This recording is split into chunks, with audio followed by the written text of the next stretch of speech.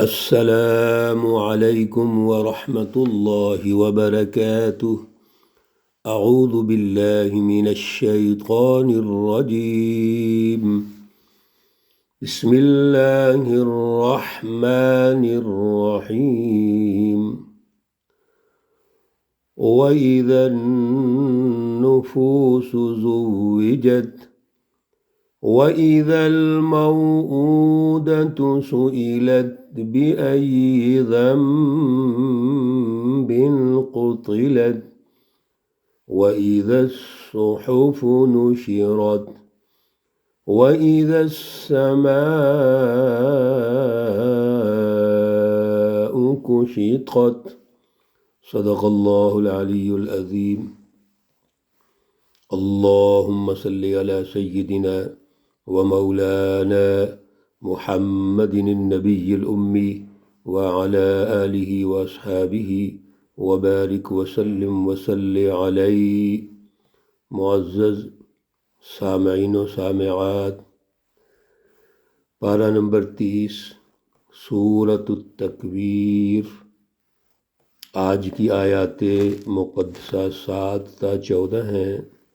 اللہ رب العزت ان آیات کا فہم اور شعور عطا فرمائیں اور عمل کی توفیق اور صلاحیت عطا فرمائیں۔ سورہ مقدسہ کے آغاز میں کل کے درس میں بڑی اہم اللہ رب العزت کی رہنمائی تھی۔ اللہ رب العزت کے ارشادات عالیہ کے تناظر میں ہمیں قیامت اور قیامت کا منظرنامہ اور پھر اس منظرنامے کے ذریعے سے پوری جو کائنات کا ایک تصور ہے وہ پیش کیا گیا۔ اللہ رب العزت ہر طریقے سے انسانیت کی تربیت کرتے ہیں، ان کو سمجھاتے ہیں، ان کا مقام اور مرتبہ ان کو یاد کرواتے ہیں، اور پھر یہ چاہتے ہیں کہ اس کائنات میں ترقی ہو اور کائنات میں ریسرچ ہو۔ یہ کون کرے؟ یہ انسان کرے گا۔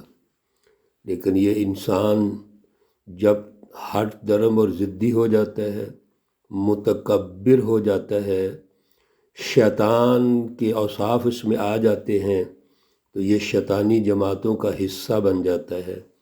اللہ رب العزت اس ماحول سے اس کو نکالنا چاہتے ہیں۔ اسی کو عقیدہ آخرت کہتے ہیں۔ اللہ جواب طلبی کا جو احساس ہے وہ انسان میں پیدا کرنا چاہتے ہیں۔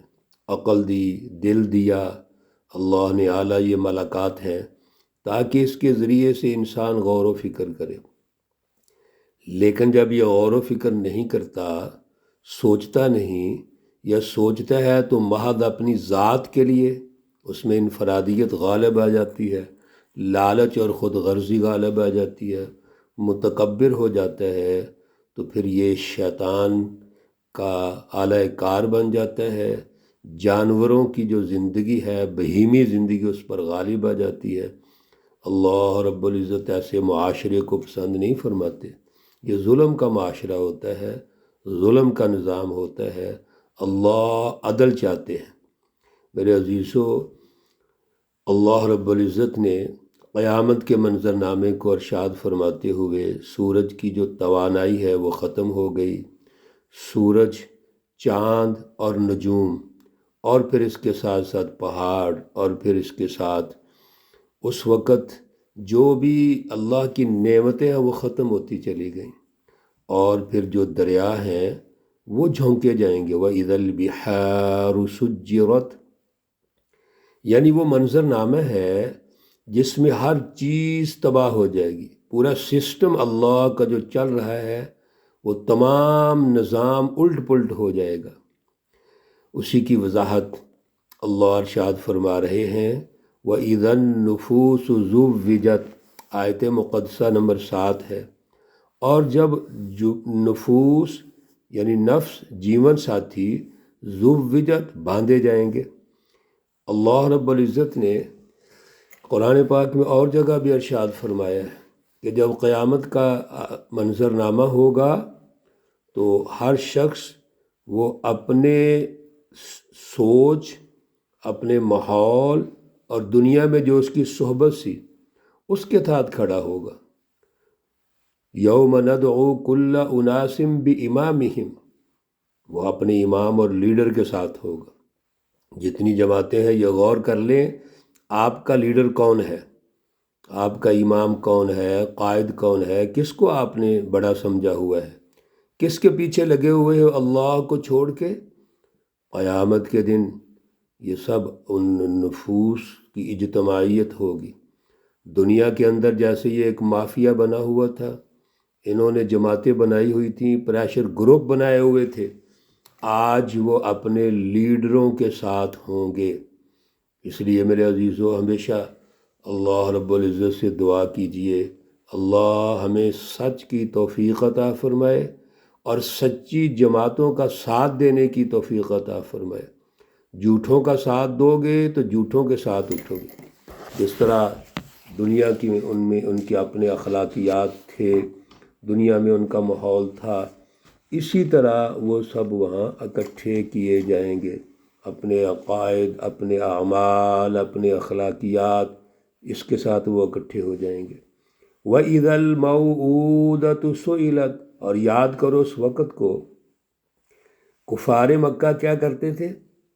مشرکین مکہ اپنی بچیوں کو زندہ درگور کر دیتے تھے، بیٹوں کو زندہ رکھتے تھے، بیٹیوں کو مار دیتے تھے، ایک دوسری مار دیتے تھے۔ وہ ان کو شرم آتی تھی کہ ہماری بیٹی ہوگی، کل کو کسی کے گھر جائے گی، وہ ہمارا داماد بنے گا۔ یہ اپنا خود ساختہ ایک انہوں نے سوچ قائم کی ہوئی تھی۔ دوسرا، کوئی ان کو جب شادی ہو تو پھر ان کی خدمت کرنی پڑے گی، جہیز دینا پڑے گا، اخراجات سے ڈرتے تھے۔ قرآن پاک نے مختلف انداز میں اس کو سمجھایا ہے، وَلَا تَقْتُلُوا أَوْلَادَكُمْ خَشْيَةَ إِمْلَاقٍ، رزق کی تنگی کی ڈر کی وجہ سے اپنی اولاد کو قتل نہ کرو۔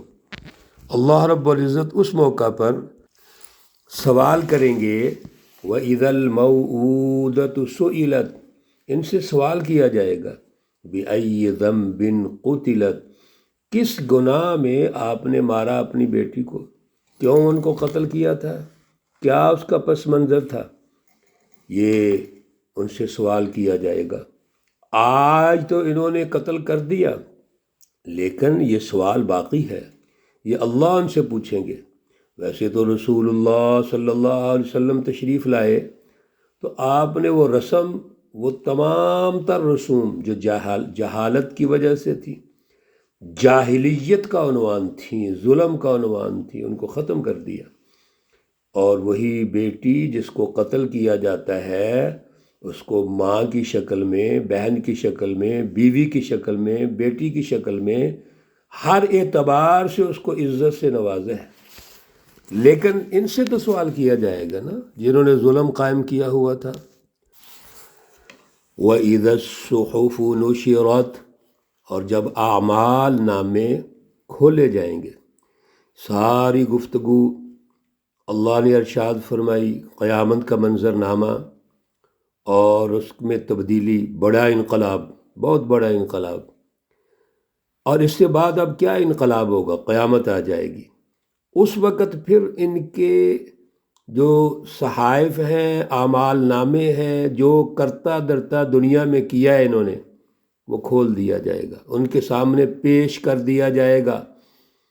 اور اس پر بھی بڑی تفصیلاً کئی دفعہ گفتگو ہو چکی ہے۔ اللہ رب العزت جو اللہ کی جماعتیں ہیں، جنہوں نے اللہ کے احکامات کو تسلیم کیا، اللہ کے نظام کو سمجھا اور اس کی بالادستی کی، وہ جنتی ہوں گے۔ ان کے اعمال نامے دائیں ہاتھ میں ہوں گے، دوسرے بائیں ہاتھ میں ہوں گے۔ اور یہ پیچھے سورۃ الواقعہ میں بھی تفصیلات گزر چکی ہیں۔ وَإِذَا السَّمَاءُ كُشِطَتْ، اور جب آسمان کی کھال اتار دی جائے گی، جس طرح کسی بکرے کی کھال اتارتے ہیں اور جانور کو ذبح کرنے کے بعد اس کے تمام اعضاء، رگ ریشے ظاہر ہو جاتے ہیں، اسی طرح آسمان کی کھال اتر جائے گی، سب کچھ واضح ہو جائے گا۔ اور پھر بادلوں کا نزول ہوگا، یہ بھی یوم تشقق السماء بالغمام 19ویں پارے میں اللہ رب العزت ارشاد فرما چکے ہیں۔ مقصد یہ ہے کہ ہر چیز اب اپنے اختتامی مراحل کی طرف بڑھ رہی ہے۔ وَإِذَا الْجَحِيمُ سُعِّرَتْ، اور جب دوزخ دہکائی جائے گی، یعنی یہ وہ لوگ ہیں جنہوں نے اللہ رب العزت کی اس کائنات کو دنیا میں نہیں سمجھا، کچھ غور ہی نہیں کیا، اب یہ جہنم میں ڈالے جائیں گے۔ یہ جہنم کیا ہے؟ ان کی اعمال و کردار کا نتیجہ ہے۔ جہنم اور دوزخ اصل میں دنیا میں جتنا ظلم انہوں نے قائم کیا، جھوٹ بولا، جنہوں نے سامراجی کردار ادا کیا اور ان کے ایجنٹی کا کردار ادا کیا، آج اس کا نتیجہ جہنم ہے۔ وَإِذَا الْجَنَّةُ أُزْلِفَتْ، اور سچی جماعتوں کا کیا نتیجہ ہے؟ وہ جنت ہے۔ جنت قریب لائی جائے گی، پاس لائی جائے گی۔ مطلب یہ ہے کہ جنتی جنت کی طرف ہوں گے، وہ آگے بڑھتے چلے جائیں گے، جنت ان کا استقبال کرے گی اور ان کے چہروں پر رونق ہوگی، مسرت، عجیب مسرت اور فرحت ہوگی۔ پیچھے ہم نے سورۃ عبس میں بھی پڑھا تھا یہ کہ ضاحکۃ مستبشرہ، ان کے جو چہرے ہیں وہ ہنس رہے ہوں گے، اور اتنی مسرت ہوگی جیسے انسان خوشی سے لوٹ پوٹ ہوتا ہے، یہ انداز ہوگا۔ لیکن عزیزو، آج ہم نے غور و فکر کرنا ہے، اس لیے اللہ رب العزت فرماتے ہیں اگلی آیت میں عالمت نفس ما احضرت، جان لے گا ہر شخص جو اس نے پیش کیا، جو لے کر آیا، سب کو پتہ چل جائے گا کہ آج میرے پاس کیا ہے، کھوٹا سکہ ہے یا کھرا سکہ ہے، میں نے دنیا میں کیا کیا اور آج نتیجہ کیا نکلا۔ یہ وہ وقت ہے جب علمی، فکری اور عملی اعتبار سے پہچان واضح ہو جائے گی۔ لیکن میرے عزیزو، یاد رکھو، ہم نے اس کی پہچان دنیا میں کرنی ہے۔ یہ مختصر جو زندگی اللہ نے ہمیں عطا فرمائی ہے، اس کو نعمت سمجھو، آج غور کیجئے تو کل قیامت کے دن عالمت نفس ما احضرت پہ ہم پریشان نہیں ہوں گے۔ لیکن اگر آج غور نہ کیا، من مرضی کی، خود فلسفے گھڑتے رہے، خود سوچے پیدا کرتے رہے، اللہ کے احکامات کو اپنی سوچ کے مطابق تولتے ہو، رسول اللہ صلی اللہ علیہ وسلم کے اسوہ حسنہ کو عنوان بنا کر مرضی اپنی کرتے ہو، میرے عزیزو کس طرح کامیاب ہوگی؟ لہذا سب کچھ اللہ کے سامنے جو موجود ہوگا، حاضر ہوگا، اس کی بنیاد پر فیصلہ ہوگا۔ اللہ ہمیں اعلیٰ نظریہ اور شعور عطا فرمائیں اور عمل کی توفیق اور صلاحیت عطا فرمائیں۔ اللہ رب العزت تمام بیماروں کو شفائے کاملہ عاجلہ مستمرہ عطا فرمائیں۔ اللہ رب العزت تمام مرحومین و مرحومات کو جنت الفردوس میں اعلیٰ مقام عطا فرمائیں۔ ربنا تقبل منا انك انت السميع العليم وتب علينا انك انت التواب الرحيم، وصلى الله تعالى على النبي الأمي محمد وعلى آله وأصحابه أجمعين برحمتك يا أرحم الراحمين۔ السلام عليكم ورحمة الله وبركاته۔